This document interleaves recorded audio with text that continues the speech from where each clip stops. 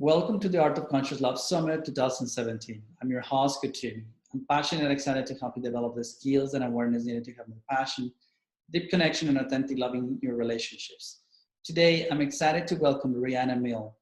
Riana is a certified global relationship, love, and life coach, a #1 best-selling author, offering videos and article resources on her free app, including her 2 books, Love Beyond Your Dreams and Life Beyond Your Dreams. Riana is a live dating relationship coach for the new TV documentary series, Radical Dating, Finding Lasting Love Over 40. Also, she hosts her own former TV show, Lessons in Life and Love. In addition, Riana is a motivational speaker, licensed mental health counselor, and a certified addiction professional at her practice of 17 years in Florida. Hi, Riana. Welcome to the summit. How are you today? Hi, good morning, Koothumi. Nice to see you, and thank you for having me. Sure. Thank you. Thank you for, coming here. Sure. Can you tell us more about yourself? Can you tell us a little bit about your life work as a life, love, and relationship coach? How do you come into it? Sure. Well, in year 2000, I opened my practice, Therapy by the Sea, in Egg Harbor Township, New Jersey, by Atlantic City. And I was the typical psychotherapist. Well, I can't say typical because I always had a coaching model to it, more educational. I love to give out great information. But in 2009 and 10, I found therapy too old-fashioned, taking too long to really make a difference in people's lives. So I went to RCI, Relationship Coaching Institute, and got certified as a life, love, relationship, and dating coach for singles and for couples. And started the journey of putting a program together that I would be really proud of, which consists of my 2 books, Live Beyond Your Dreams, From Fear and Doubt to Personal Power, Purpose, and Success, and Love Beyond Your Dreams, Break Free of Toxic Relationships to Have the Love You Deserve. And then I wrote a 200-page interactive notebook that my clients use with me. So it's chock full of education to make personal transformations in both life sectors and love relationships, whether you're single or in a relationship and really want to improve it. So, I just love the cutting edge techniques. Like I have a session called Beach and Breakfast where I take my coaching clients to meditate by the beach, and we go through module 1 of their notebook and then celebrate with a meal to start the beginning of the rest of their lives. So it's very different. I do personal shopping. I used to be a model and talent agent, so I do image makeovers. I write the online profiles. I do a lot of things outside of the box that other coaches don't do, and that's what I like to do. I like to be very service-oriented. So combining both the coaching and the psychology model, I now specialize, my niche is those that have had a childhood or past trauma, how this trauma comes out in their adult love relationships or when they're struggling to find love. So that is my niche. I work with men and women, ages, teenagers, but in the coaching more 18 through my oldest were 73, both gay and straight clients. So it doesn't really matter because trauma affects all of us. And those dynamics, I have to analyze those. That's the psychology hat, and let the client understand, what is happening in their adult love relationships due to their trauma. It's very subconscious or unconscious. They don't mean to hurt their partner. They really crave love. They want the relationships to work, but for some reason they keep, continually sabotaging their love relationships. So they need to know the exact skills of what to do and how to overcome this unconscious pull on what's going on and make that conscious. And, my whole goal is to have them have the life and love that they deserve. So that's what I do. Great. Thank you for sharing. Fantastic. You specialize in trauma, childhood trauma. You're mentioning already a little bit of the things that happen, but I'm wondering if you can deep a little bit more into how do we hold back from trauma and we don't move into, healthy, loving, and partnership? Well, you can't change what you don't understand. So, some people that teach love and dating skills, that's a Band-Aid. You have to really go back to what is going on, that you're choosing the toxic partner, the sociopath, that charming romantic guy, or that gorgeous, sexy woman that, this is going to work. And then 4 months to 9 months down the road, all this toxic behavior comes out and you're like, well, what's wrong? I just want what we had in the beginning to come back. And people hang in there trying to get the beginning back. Okay, so it's a cycle. What happens with childhood triggers? We call them triggers. And it's best if I use examples. Really what's happening is faulty coping mechanisms that a child had to develop to survive. So, for example, the little boy comes home with an F on his test and he knows his father's going to beat him for that bad grade. He's going to take that shot and lie and make it into an A and say, Dad, sign my paper. If he gets away with it, then lying is reinforced. The lying becomes easy. But really, lying is that coping strategy so that young child can survive in any way they know how, right? This is unfortunately their normal. And, so this becomes someone that lies a lot as an adult. I'll give you another example because examples make it clearer to understand. If there was a divorce, like a lot of domestic violence between the parents and then a divorce, and let's say the father leaves angry and says, yeah, I'll see you every weekend. And then maybe he comes, maybe he doesn't, a lot of promises not fulfilled. This is a child then that's gone through abandonment issues. And there's 2 types, but I'll go through the 9 traumas in a little bit. But this abandonment then will come out as clinginess, anxiety, depression when your partner is gone, yelling, holding on too tight, trying to control, jealousy. These are all the things coming from childhood wounds of abandonment. So it's really interesting to see what's going on in the couple. And within like 5-10 minutes, I'm like, you're a child of trauma. Like, well, yeah, how'd you know? So, it's just what's going on in the adult love relationship. And then I can really source it back to the 9 traumas that probably might have happened when they were young. And again, this is the child's normal. They're innocent. They can't help it. And as an adult, it's so subconscious. It's so worked into their psyche. Like, I have to do this to survive. It's that cortisol, fight or flight, boom. And it's usually fast trigger anger or jealousy or constant people pleasing. It comes out in a lot of different ways. But that's what's happening. And then the relationships, become very toxic. And it's the cycle. They want to make up. They don't want to lose their partner. They truly do love their partner, but they keep sabotaging it and ruining it due to the coping mechanisms that aren't in place. You mentioned the 9 traumas. And you go into that. Yes. Now, I'm someone that has an addictions background as well. CAP, Certified Addictions Professional, and licensed mental health counselor in Florida. And in Jersey, I was LPC, licensed professional counselor, and LCADC, which is drug and alcohol addictions. And there is an addiction piece to this. But the term that covers these 9 traumas was only called ACOA, which stands for Adult Child of an Alcoholic. And that term was so limiting because it's only one of the 9 traumas. It didn't really make much sense to me. And that term didn't even come out in my triple master's degree in applied clinical and counseling psychology. It is not in the DSM-IV, which is our manual as a psychotherapist. It did not come out in my 2 years of addiction studies. It's just a term kind of floating around out there. And it was my own life's journey that I had to look back, and I had some childhood trauma. And then every man I was selecting was ACOA also. And that's one of the dynamics. ACOAs attract ACOA.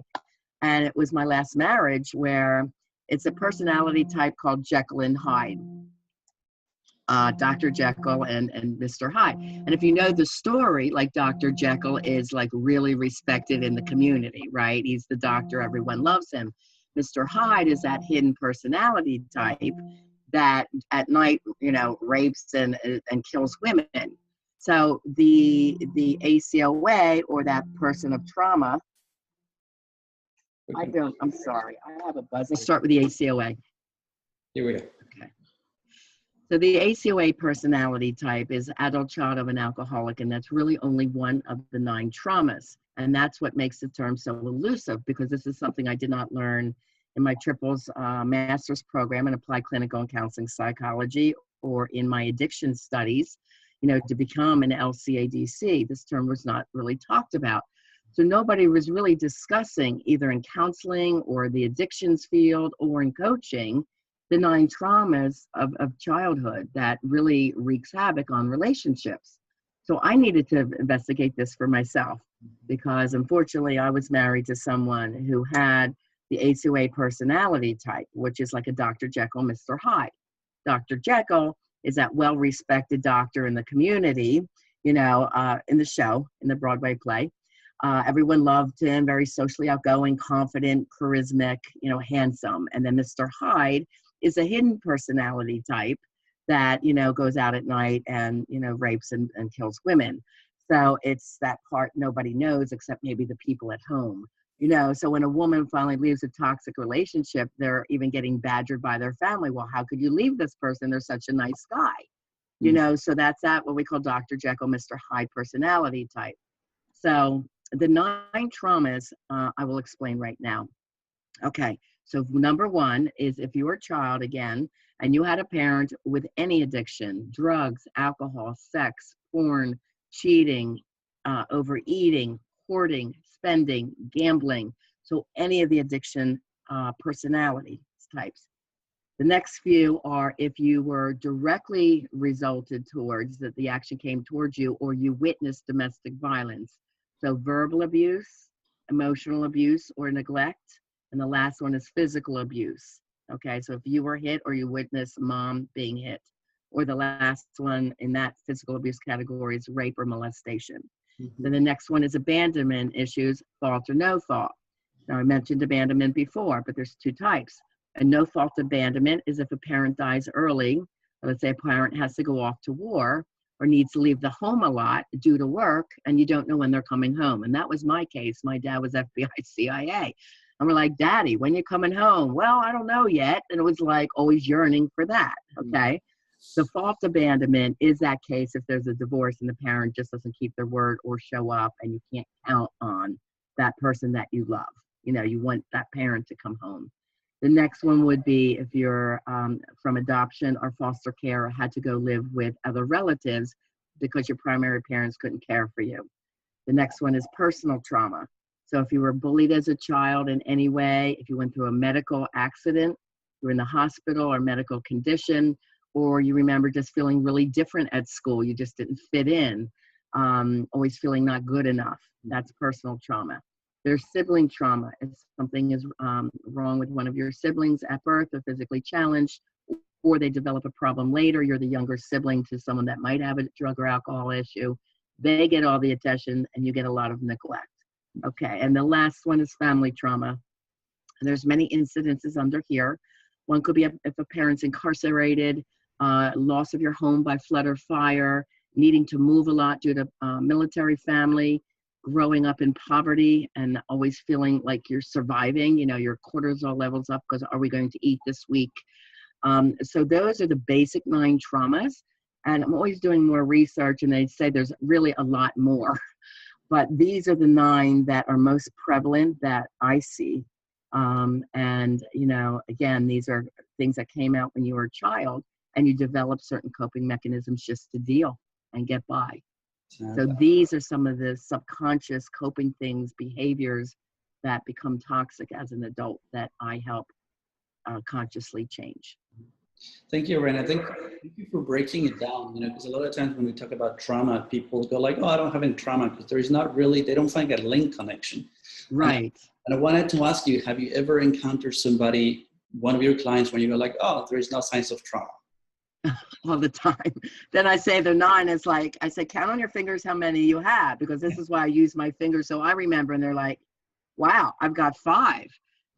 So they hear ACOA. Well, my parents were an alcoholic. I don't have that trauma. And they're like, well, I did have this. I did have that. I did have this. So even if you have loving parents, like I had an African-American girl in my coaching, and she came in, she goes, no, my parents were lovely. And then I went through, did you feel not good enough? She goes, well, I went to an all-white school. I was constantly bullied and beat up. There's her trauma. Mm-hmm. Okay, so, most of us, the numbers are alarming. In old reports, it's 85% of us humans have some kind of trauma. But now they're saying the numbers are even higher, towards 90, because of 2 parents needing to be out of the house working. Children are being raised by nannies, babysitters. The primary caretakers are stressed out. There's money issues. The world is crazy, unfortunately, with these random killings. So, children are always afraid growing up with this ongoing stress. So this is why we're seeing our relationships getting more and more difficult to manage. Exactly. Thank you for mentioning that, because I mean, in reality, as you said, the numbers are pretty high. Yes. You know, and it's good to know that even if you don't feel you have trauma, just to explore it, to resource it, to see what's really happening. Absolutely. Absolutely. That, you know, most people are like, oh, I don't have trauma, so I don't even want to look into this, you know, but Yeah. that you mentioned that we all have it somehow. And then some of the signs that happen, like when you're in a relationship, you know, and you're saying, well, what do I look for that, okay, we're in trouble? And it's usually once a relationship becomes exclusive, or believe it or not, married. Once they're married, like the HOA almost panics. Okay. It's like, oh my gosh, well, what if someone takes her away from me? Or what if we don't have enough money? You know, so a lot of people of trauma actually find their level of self-esteem in work. So many of them become workaholics because that at least feeds their ego and makes them feel good about themselves.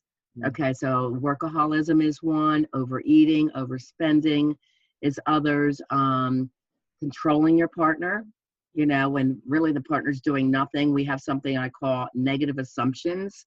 Well, you were late, so were you out with somebody? You know, where did you stop? Where did you go? You know, that's controlling. And where does that come from? Is from not feeling good enough as a child. Okay, using humor or charm to manipulate others.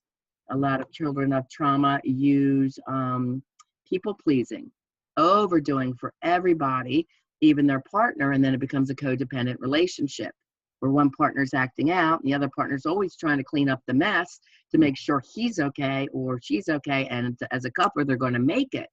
And that keeps, you know, the partner in constant eggshells. Like, are we going to be okay now? Do you have it together? You know, are you going to find work today? You know, whatever that is. You're going to stop drinking. Many people do self-medicate when they have ongoing anxiety. And these adults have ongoing anxiety. That's one of the signs.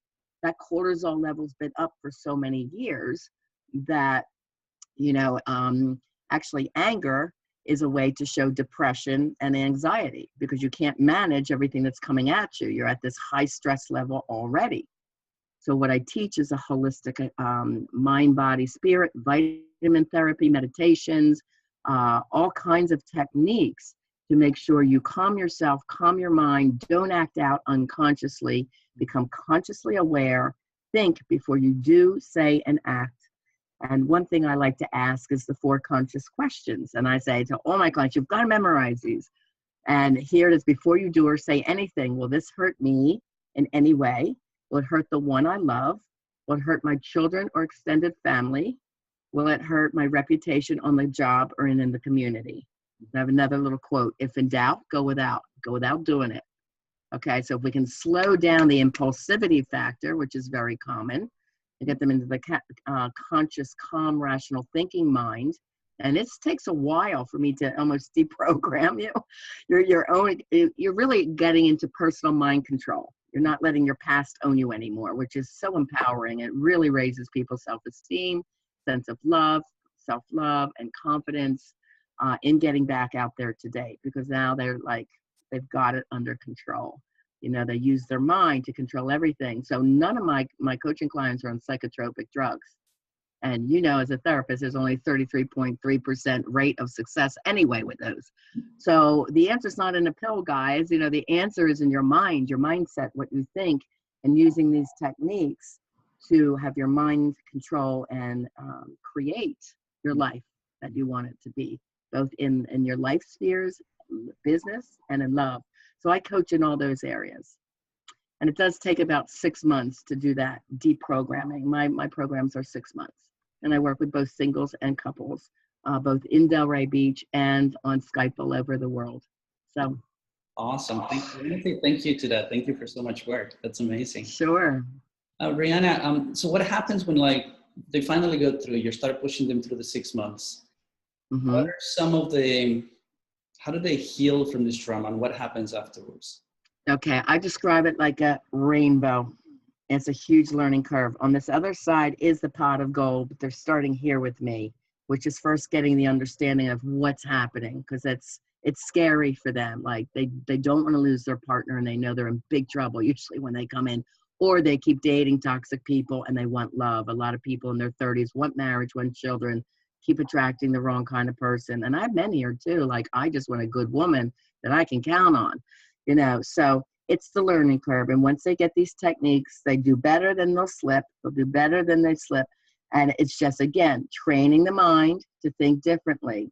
And by the time they get it, man, it's like a pot of gold, you know. And that's why I love my work. It's really transforming lives. And depending on each person's situation, it's the same information, but I use the tools differently because not everybody's coming from the same types of trauma. So it is like a puzzle, you know, like, okay, what are these traumas? These are the things we're working on. I want you to pay attention to this right now, these 5 things. And then we do a life wheel and we see what they want to work on. Well, let's say this, I'm really bad in finances. I hate my job. I can't find the right girl. So for example, I have, you know, right now, a 26-year-old male came in, working for the family business, was promised a job out of college, and they're starting him at low level, not giving him what he promised. Family disappointment, right?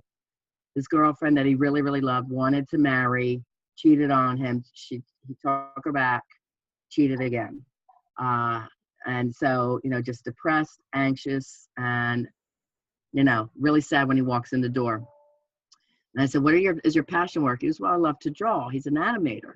Really, really great animator, like draws the most amazing cartoons. I said, how do you feel when you draw? And he goes, oh my God, I love it. Within 1 month, we got him 13 children's books to illustrate.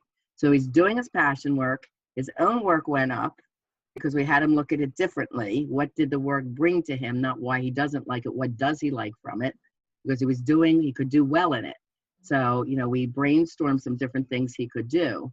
And then, you know, when he felt really good about his life, then we did his dating profile and got him out there. And he's dating someone he really, really likes right now. And he wants love and marriage. I mean, he wants marriage, children, the whole 9 yards. And whoever gets them is a catch, because now he's spiritually based. And research shows those of us who are spiritually based have the best and happiest relationships, long-lasting relationships, because it's 2 conscious people thinking before they act out, right? So we're thinking, is this for the good of all? Is this good for the team? Is what I do going to help him or her? And together, we're going to be strong. So that's some of the skills that I teach. Awesome. Thank you. Something that really stuck to me, and I think it's good to emphasize it. You said you helped this guy to look at the situation from a different angle. Yes. On a space where he felt more creative and more in touch with his work. Yes. And I think it's good to mention that, because a lot of times, you know, when we're in drama and when we're in trauma, we get lost. And we Absolutely. the negative side of it so strongly that we forget to see the little lights. Well, you're in survival mode, right? The cortisol is way up, the blood pressure is up, and at that point you lose focus. So you're exhausted because your body's working overtime. You can't think, you can't sleep, you're either under eating or overeating. You're under that constant stress chemical. And you're not relaxed enough to like really see your options. And meditation, as I said, 15 minutes a day, all my clients do it. And research shows in quantum physics and science that it lowers anxiety, depression, blood pressure, and cortisol levels, and increases dopamine and serotonin levels of the brain, which are our happy chemicals. So yes, my people meditate every day. And we actually do attract to us exactly what we want in our lives. And when it starts working for them, it's like, this is so cool. This is really working. And it does. And it does. And that's just one technique. And I have a certain meditation that I teach them, that they're doing certain steps to help attract what they want and need in their life, and yet still give gratitude for what they do have. You know, studies show 8 out of 10 human thoughts for most people are negative. Again, from childhood conditioning and the messages that we hear. So we flip-flop that, where 8 out of 10 are positive, and when a negative thought comes up, we cap it right away. We say a positive affirmation and say, okay, so this is a problem. What do I have? What solutions out of the box thinking do I have? I could do this, this, or that. And now it's just something to solve. It's just a puzzle to solve, nothing to freak out over. So when you're living in this light, this joy of conscious living, this calmness, of confidence and loving who you are and your life and your world around you, things just work so much smoother, you know? Yeah, you mentioned gratitude. I think that's such a fantastic word, you know? Yeah, very important part. Yes, my program is definitely spiritually based, not religious, but spiritual. And I pull from a lot of different philosophies. Buddhism is one, the Course of Miracles, you know, just different speakers and masters that have taught many powerful messages that we take a look at and help that use some of those to guide our life. Gotcha. Rihanna, you mentioned you were talking about the rainbow. This is this is a new concept for me. So can you go a little deeper into that? What does it mean? To me, it's the learning curve. Okay. It is the learning curve where they learn a little bit and then they slip, but they don't get too scared, because it's now we look at, okay, well, what happened? What came up for you? Why'd you get fear-based? Okay, that fear-based thought came from abandonment. That's why you got jealous when your boyfriend you thought was looking at someone else. So now what do we have to think? When that negative thought comes up, I call it capping with something positive. He loves me. He's just looking around the room. Everything is fine. This is not important. I know where this is coming from. Move forward. And that goes away that fast. So you're retraining your mind to get out of that negative fear-based thinking where these children, you know, have come from, and reconditioning the mind to know that everything is peaceful and calm and everything is happening just as it should. Mm-hmm. Thank you. You also mentioned toxic relationships. What are some of the signs, and you know, how do we become aware that we're actually in a toxic relationship? Okay. Well, that feeling of, oh God, if I walk in the house, I'm walking on eggshells, right? Like you're nervous to go home to see how your partner is today. Are they happy? Are they sad? Are they upset? Am I going to have good news? Am I going to have bad news? That's toxic. You know, constant yelling, control, jealousy, always not feeling safe. Some of the things that come out, lying, and lying again comes as a survival mechanism. Control is part of jealousy, where you don't feel good enough. Your subconscious makes you feel not good enough, so you're trying to control your partner. And the weirdest thing is, the person that's trying to control you is the one whose life is out of control. Usually that other person has their life together. Don't need any kind of control whatsoever. It's like, please control your life and then we'll be fine. So that is control, when that partner doesn't feel good enough. The impulsivity, you know, people want something so bad, they're just like, well, I deserve it, I'm going to get it. That is unconscious desires, which wreaks havoc in love relationships. These relationships are prone to a lot of affairs or cheating if that person doesn't feel good enough. And let's say they're having an argument and the guy is out and some girl looks at him. It's like, well, she likes me, you know, and then he goes on to build some kind of rapport. Women usually cheat through Facebook, hooking up with old people, high school people, and men tend to cheat either secretively online, in chat rooms, at work, or wherever. So these relationships can be prone to that because a person doesn't feel good about themselves, and that's part of impulsivity. People pleasing tends to be often the woman who overdoes for the husband, the children, the community, volunteerism, just so everyone can say, wow, that was such a great job. Meanwhile, she's exhausted. She gives no time to herself because she needs that verbal accolades of what a good job she's done. Okay, so that's one. The abandonment issues we talked about, again, holding on too tight. Anger comes out, or shutting down is the opposite, where one becomes passive aggressive. If they knew they tried to talk back to dad as a kid and they were going to get beat, they just shut down, got quiet, went into their room, and just didn't do anything. That's going to be that passive aggressive. But later, even if they shut down and can't communicate, they usually lash out later with anger over something that meant nothing. You know, they get angry over some little situation. Of course, addiction is in a lot of these relationships: drugs, alcohol, spending, gambling, eating, hoarding. You know, people finding comfort in things are usually people that grew up with lack of money. People that can't control their money is once they get something from the job, they want to go spend it or buy something or treat their lady, and then the next day there's nothing in their wallet for another week, and then they're struggling again.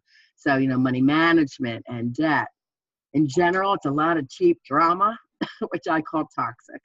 And, it can get really, really, really nasty. And it's hard when two people really love each other and the toxic dynamics have gotten so out of control, so you really have to make sure you take steps to heal this. Totally, thank you. Yeah. Riana, you mentioned another thing that I haven't spoken yet to anyone. You're the first person to mention it out. And it's passive aggression. Mm-hmm. And you talk more about this because we're not very clear about these, and a lot of people do it very unconsciously. So if you can just throw a few examples and maybe a little bit more understanding on that. Yes. Again, someone who tends to be passive aggressive grew up in a home where there was a lot of domestic violence and yelling. And the child learned for them to survive, they better not say anything. Mm-hmm. Or if they speak up, let's say they witness mom being beat by dad, even if he's not beating the children, he said, "Dad, don't hit mom," and then he'll come and hit the child. Mm-hmm. So it's this frightening feeling of, I can't do anything and my mom's getting hurt. Okay, that's the child's thought processes. Mm-hmm. As an adult, how that comes out, well, she's mad at me, I better not say anything, I'm going to make it worse. And those that really have bad passive aggressive, they may not talk to you for days, not just an hour. I mean, I have something called a therapeutic break I teach, which is a tea break.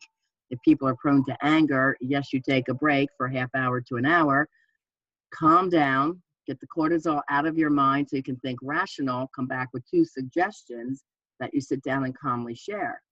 But those that are passive aggressive may throw things and then just shut down for days, punishing their partner by not talking to them. Mm-hmm. Okay. So it's very toxic to have to live around somebody like this that just won't talk to you. Mm-hmm. And these relationships just usually don't last. Eventually, the woman wants out. If it's the man, if it's a woman, passive aggressive, same thing, yelling, throwing something, and then shutting down and punishing the man in some way. Being nice to everybody else out in the community, like nothing's wrong, then come home and be miserable. These folks tend to be miserable. And the honest to God thing is they kind of want to be changing. They want to change, and they just feel so stuck inside themselves. They just can't snap out of it. So these are the things, these are the tools that I have to give them. When this feeling's starting to come up, this is what you do. So we have to, that's what I say, you can't change what you don't understand. That's the whole quote I use around my program. Let's make you understand why this is happening, what we can do about it, give you 10 tools, to handle this situation when it does come out.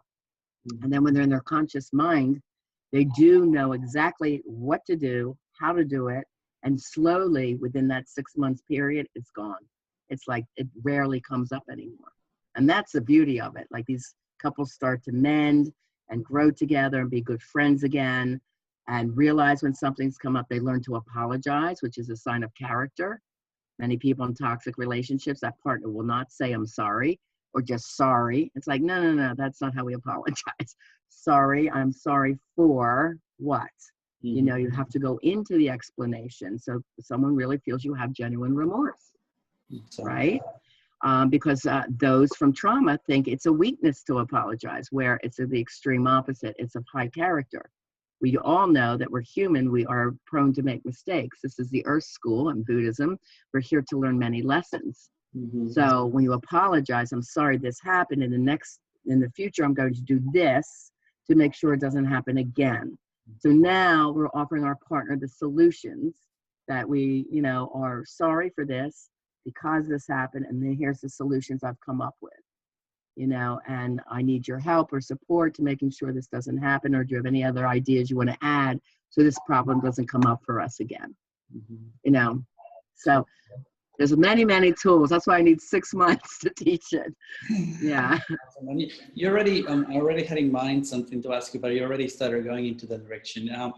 You mentioned this was a proper communication, like you mentioned this last part, approaching from your needs into, expressing it to your partner. What would be some other of the emotional healthy, aspects of an emotional, stable and healthy relationship? Once your relationship has already evolved, what are some characteristics of that? Okay. Well, it's very important that people that are recognizing this, your listeners listening, If they're single and having trouble with dating, or in a couple relationship, or they're a couple with children, very important that this stuff heals, because this goes through the generations. If you're a child of trauma and you're listening, I want you to think back, did my mom or dad have trauma growing up? And they absolutely probably did. And did their grandparents have something? So somebody's got to stop this through the generations, right? Knowledge is power. And once you learn this information, it is good for the rest of your life. It's not just, oh, I'm feeling good for 6 months or a year and then it comes back. No, you've got the tools now to end the cycle. This is a cycle and it can be stopped. So it does affect the family. And I was a SAC counselor in the schools that worked with emotionally upset kids from K all the way through college. So I saw these family dynamics, and if you have teens, if you're parents and you have teens that are suicidal, acting out, yelling, screaming, cutting, have eating disorders, threatening people, defying rules, attaching too quick to a boyfriend to have love because dad didn't love her, he wasn't around. These are extreme danger signs, and you must get yourself help. But don't just send them to any counselor. Make sure there's someone that understands childhood trauma. And this is when I get teens that I coach, and parents. So I do family coaching to help with these dynamics. So first, the parents have to heal themselves, and they have to learn how to raise their children differently. When I have parents come in and they're yelling and screaming, and their kids are starting to scream back, and they're 11, 13, 12, it's like, whoa, whoa, whoa, we got to solve this with you. No yelling and screaming. And I make them sit down and have a talk with their family. It's like, mommy and daddy have been yelling a lot. This is not healthy for us or for you. We really apologize, and we have some solutions, and we hope that you'll be part of the family team to make sure we all calm down and work together to make sure we're not doing this, because they are raising children that are going to have the same dynamic unless it stops. So I have them bring the children on. Now, if there's younger children, I do behavior modification with charts from the Doman Method of Education and the Better Baby Institute I studied years ago when I had my daughters, who are 33 and 34 now. So I teach child modification for those smaller ones. I help work with the teens one-on-one with me, and they do what they need to do around the household. And then the couple is working on themselves as well. So 5 things I can tell you what the emotionally healthy, evolved relationship looks like. First of all, I work with quotes a lot because it helps people to remember. It's you and me against the world.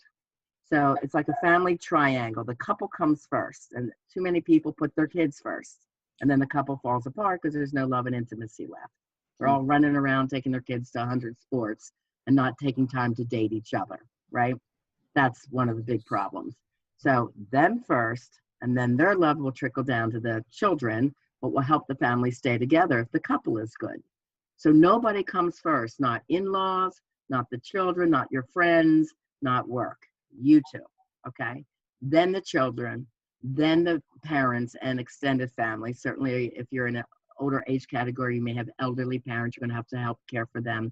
Whatever you must do, of course, is considered in that triangle. But there's a hierarchy with you two first. Second, there's a balance between you, me, and us. I work in triangles. This is one of my chapters in my book, the balance triangles. So a woman, for example, because I see so many women that are burnout who do for their children, their kids, and they have no time for themselves. So we balance that. You know, are you doing yoga? Are you doing your hobby of photography? Take a class to learn this or that. Take a part-time job of something you'd love. What are you doing for you? So the you, me, and us always has to be considered, and it must be balanced. Everybody has requirements. This is a third one. Requirements are things that you need to be absolutely happy in a relationship. For example, my partner must be addiction-free. I don't want someone with an addiction issue. So if my partner develops an addiction issue, it's going to make me unhappy, right? Another silly requirement I have, but it's important to me, is I love to dance. Like, I was like a really amazing disco queen from the 70s, you know? So I still go out to clubs, I still partner dance. And my partner, Joe, loves to dance with me. So this gives us a lot of joy and happiness and romance. If I had a partner that just sat at home and wouldn't dance with me, I would not be happy. So everyone has requirements. I had my client, Scott, from the Radical Dating TV show. His first requirements for his new partner is he must love dogs. Like if he doesn't love dogs, my 2 dogs are my kids. If he doesn't love dogs, I'm not dating him. Perfect. Okay. So what are your requirements to be happy? And there's usually about 8 of them. You can't have a huge list. Get them down to the top 8. Of course, others for me is integrity, as I define doing the right things when nobody's looking. It's a must. If I have someone with no integrity, I'm not dating them. So trustworthy, good money management, so everyone's got their own criteria of requirements. So a happy couple is having their requirements met together. Each of their requirements are met. When your listeners, let's say they're dating, and I work with a lot of people in that category, they want marriage and children. Well, we go right online and we say, I am someone looking for an exclusive relationship leading to marriage and a family. Period. You don't date anyone that doesn't want kids. If you want kids, that's a requirement, right? So your requirements are met. The 4th one is emotional and functional needs. So I am someone that likes a lot of affection and PDA and touching. I hold my hands of my partner. That's just who I am. So if I had a cold partner, that wouldn't work for me. So what are your emotional needs? And functional needs means, is your partner doing what you need to be done to have your household running smoothly, for example? They're pitching in 50% around the house. They're helping with the cooking and cleaning. I mean, I'm a career woman, so I'm not going to be the happy housewife where I got to do all the chores at home. It's not going to work for me. So I need a partner in the household. So that's one of my functional needs. So everyone has emotional needs and functional needs. You need to define them for yourself. And then the last is you have to have a shared vision of your future. Where are you guys going? What do you want to do? How many vacations a year? What are you saving for? A home, a vacation, you work on it together, because when you have these couple goals, work is more satisfying. You get more joy because you've done it together. You're working on these goals together. And, you're taking the time to really create the vision that you want for your future. So your vision must match. If you have somebody in their late 40s and they're married and one wants to retire where it's snow because they love to ski and the other one hates snow and wants the palm trees, you're going to have some trouble there. So on my older couples who are dating, it's like we must define what's retirement look for you, and you have to find that partner that matches that vision that you want. So those are 5 tips. There's many more in Love Beyond Your Dreams. There's like 30 tips. There's a lot in there, but that's just a few to help you. That's a good way to start with. So thank you. Yeah. Anna, you mentioned a few things from your books, and I know there's so many other tips and and things to learn from your books. Can you remind our listeners about your books and where they can find out? Yeah, I'll show them too, so they know what they look like. This is Live Beyond Your Dreams, and this is Love Beyond Your Dreams. Great. And they're meant to go together because this is about the positive mindset work, which has to happen before you have the love of your dreams. So step 1, step 2. And I do give out free chapters, guys, like 50 pages from both books on my website, rianamilne.com. They are sold everywhere, Amazon, online, and in Barnes & Noble bookstores, of course. And they both have a charity element. So when you buy them, if they want me to sign them and buy directly from me, portions go to 2 different charities. So do download those chapters. And also another gift for your listeners that I have. Once they go on my website, you'll see a little pop-up window for a free coaching strategy session with me, where we look at your life and your love and consider any traumas and where you're struggling to see if coaching might be a good fit for you and see how I can help you with what you're struggling with in an hour. It's a very valuable hour. It's worth over $300. It's working with me, not a junior coach, because my passion is to help people who have been suffering with childhood trauma and get their lives to feel so amazing. I want a life that they're passionate about. I want them to have the love that they deserve. So those are my gifts. And also I have an app out there. It's called My Relationship Coach. So all my YouTube videos are tied. I think I have 50 YouTube videos. And I do have a lot that go into the childhood trauma syndrome. It's just Riana Milne is my channel. My Facebook is Coach Riana Milne. And I do have an ACOA Facebook page too. So that may give you some tools and tips that could be helpful for anyone suffering with this. So however I can help, I'm trying to be out there helping you guys. Riana, thank you so much. We're coming to an end. So fantastic. Thank you for sharing and being here today. You're welcome. Thank you for having me. And for all of you out there, there is answers to this. Like, don't suffer in silence. And I tell all my couples this: if your partner won't go, you start, because they will normally, 93%, they will join you. And if they don't, you've got your sign to move forward and live in peace and a drama-free life, because love and the world is abundant, and life is short, and you need to be happy. So, you know, whatever you invest in, find that coach that's got this information to combine the psychology of the childhood trauma and the coaching to move you forward in a positive, peaceful, happy place. Awesome. Riana, thank you so much. Thank you for having me. Thank you. And God bless you in your work and getting the messages out there around the world. I truly appreciate it. Much appreciated too. Okay, bye-bye. Remember, we have 2 more interviews coming up tomorrow. Don't forget to join us. And also click the link below to get Riana's free gift.